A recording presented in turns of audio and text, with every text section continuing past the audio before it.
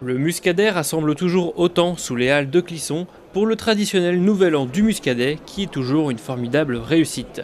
Les habitants du vignoble sont une fois de plus venus nombreux pour découvrir le millésime 2015, marqué par un été relativement chaud et une vendange précoce. Alors c'est un millésime qui est bien réussi. On a eu des vendanges exceptionnelles, enfin avec l'été exceptionnel. Et puis on a des vins qui sont très fruités, qui ont de la structure et qui évoluent tranquillement. Parce qu'on n'a pas eu assez de froid encore, mais on a une belle évolution, une belle matière dans ces vins. C'est très prometteur. Alors justement, ce réchauffement de la planète, ça joue quelque chose sur le vin ? Alors, on dit que ça joue un petit peu. Là, on a fait des vendanges un peu plus précoces que les années passées. C'est encore pas trop chez nous qu'on va le voir. Il faut attendre encore un petit peu. On va parler un petit peu actualité, la nouvelle loi E20 qui s'est améliorée, modifiée, etc. C'est bien pour vous ou pas ? Et qu'en est-elle exactement ? Alors ça nous laisse un peu plus de liberté, forcément. On a un peu moins de contraintes pour parler de nos produits, qui sont quand même des produits transformés, qui sont souvent assimilés à l'alcool, ce qui nous dérange le plus en fait. Alors voilà, on a un peu plus de souplesse, on va pouvoir communiquer un peu plus sans toujours avoir ce piège de mal interpréter la publicité et de se faire piéger justement ou se faire amender carrément si on passe à côté. Alors concrètement, qu'avez-vous le droit de faire ? Alors concrètement, on a le droit de signaler nos domaines donc à partir des routes, donc voilà, pour retrouver les caveaux de dégustation et où il y a de l'accueil touristique et de fait. Ce qui devenait impossible, on va pouvoir continuer à faire de la publicité aussi sur les sites, via Internet, on peut garder nos sites, ce qui était dans la balance avant. Et puis tous les foires, tous les salons, les dégustations comme ça, où on est quand même ouvert à tout public, nous sont autorisés. Au niveau maintenant des crus d'exception, je dirais, où en êtes-vous ? Alors sur les crus d'exception, on a toujours donc le Clisson, le Gorge et le Palais qui sont reconnus. On en a 4 qui sont en instance de reconnaissance, dont un sur la vallée de Clisson, le Monnière Saint-Fiacre, ce qui nous fera la vallée de Clisson bien lotie de 3 crus communaux à terme. Ça attire du monde, c'est sympa de voir autant de monde pour le Muscadet, non ? Et ça vient de quoi ? Ça vient de quoi ? La fête est populaire, ça fait quelques années quand même que ça perdure, et c'est important que les gens dégustent le vin que l'on a récolté. Et ça donne une bonne approche du Muscadet auprès des gens, je pense.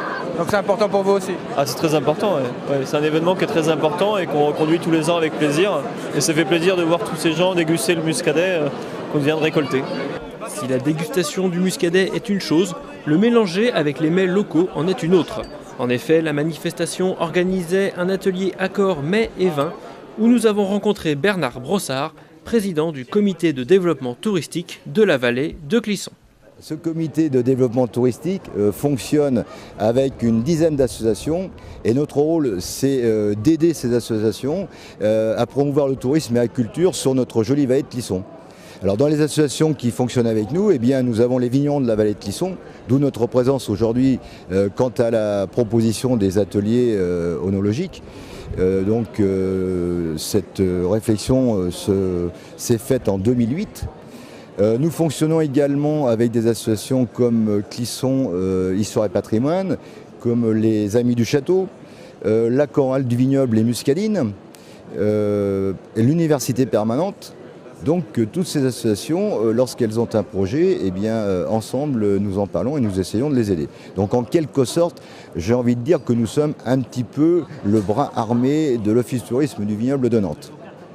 En parlant tourisme, on parle œnologie, ça fonctionne toujours bien dans la région ? Oui, parce que l'œnologie est très importante, l'œnotourisme est très important dans la région puisque de nombreuses caves s'équipent ou se sont équipées pour accueillir la clientèle régionale, nationale, étrangère et évidemment l'intérêt c'est de la développer c'est de développer cet œnotourisme pour accueillir le plus possible de gens venant de loin, de l'étranger bien sûr. Est-ce que cet œnotourisme peut avoir un parallèle justement avec ce nouvel an du Muscadet ? Ça rentre dans l'esprit de l'œnotourisme puisque là nous faisons aujourd'hui le mariage des vins et de la gastronomie parce qu'au départ du lancement du nouvel an du Muscadet il y avait uniquement dégustation du Muscadet et là au fil des ans il y a eu la dégustation des crus lorsqu'ils ont vu le jour et depuis 2008 il y a eu cette idée de présenter des mets avec des vins. Donc là, aujourd'hui, sur les ateliers, nous avons 4 muscadets et 4 mets bien différents qui sont présentés pour essayer de faire la meilleure association possible et faire plaisir à nos amis dégustateurs. Cette année encore, le Nouvel An du Muscadet a su réunir tous les amoureux du bon vin, et qu'ils soient amateurs ou professionnels, tous ici ont su reconnaître un millésime 2015 prometteur.